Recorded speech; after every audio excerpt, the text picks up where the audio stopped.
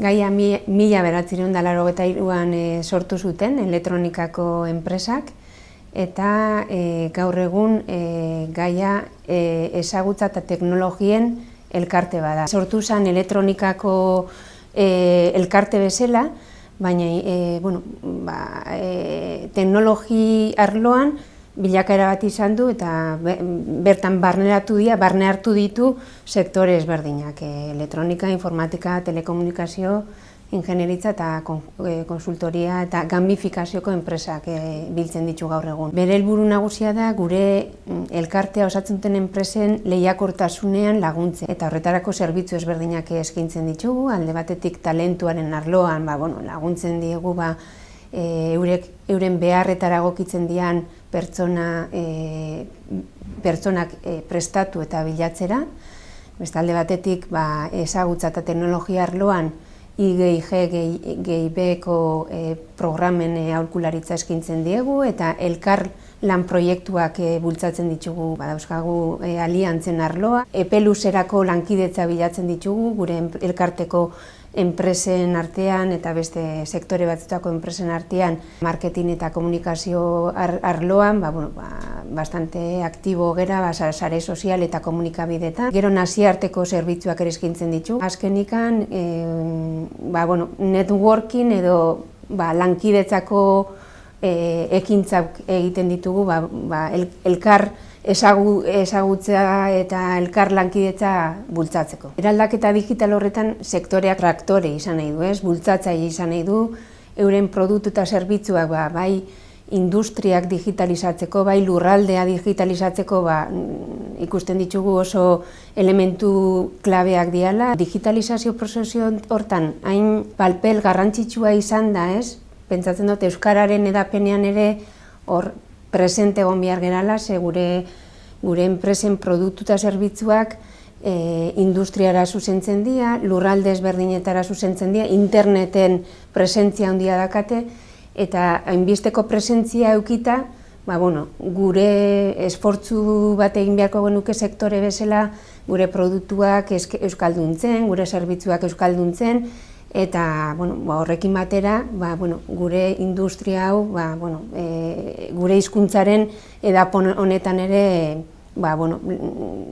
bultzatzaile izaten. Nik usten dut gu gera sektore honen traktore, bultzatzaile, eta euskararen edapena ere guregan hartu behar dugu, eta nik uste dut hor zer esan handia daukagula. Alde batetik, gure enpresen produktu eta zerbitzu horiek euskalduntzen, ze hauek industriara zuzentzen dira. Beste alde batetik, gure zerbitzu eta gure klasterraren zerbitzuak ere, pixkat bertan euskararen erabilera handituz, hori ere nik uste dut horre erronka badaukagula.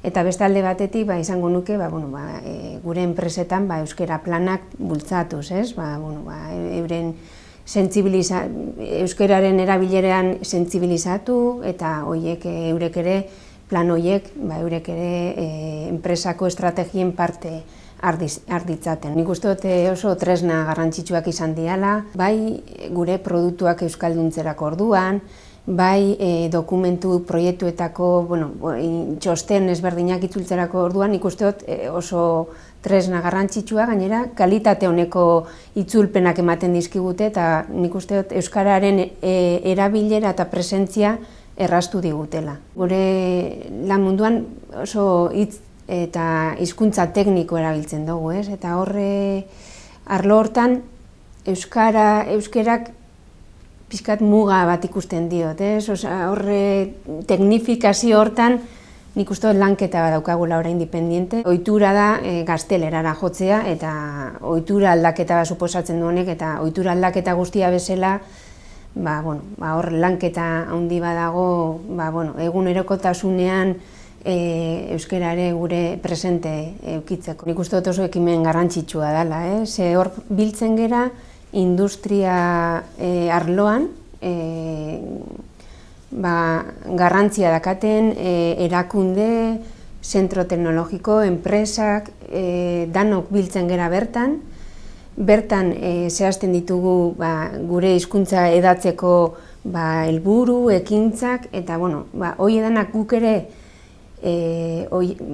barneratzen, eta definitzerakoan gure egiten ditugu, eta gure egiterakoan, gero beti ere, horien edapena errazten da. Usteot, enpresa gehiagori eman behar diegula aukera, eta horre daude bezero, hornitzaileak elkartzen ditugu hor, eta azkenean elkar ulermenean hor sortu daitezke ekintzak ere euskaratzeko prozesu hortan. Industriak benetan sinisten badu euskaraz hitz egin eta euskaraz lan egiten nahi dutela, gure enpresak, euren produktuak eta zerbitzuak euskaratu beharko dituzte. Hor ikusten dut, igual inditzazkegula jardunaldi, taller ezberdinak ezagutarazteko enpresa horiek, traktoria dian enpresa horiek, benetan euskaraz funtzionatzea nahi dutela, eta orduan nik uste gure enpresak ere trakzionatuko ditugula. Esango nuke Euskal Herrian bizi gerala, eta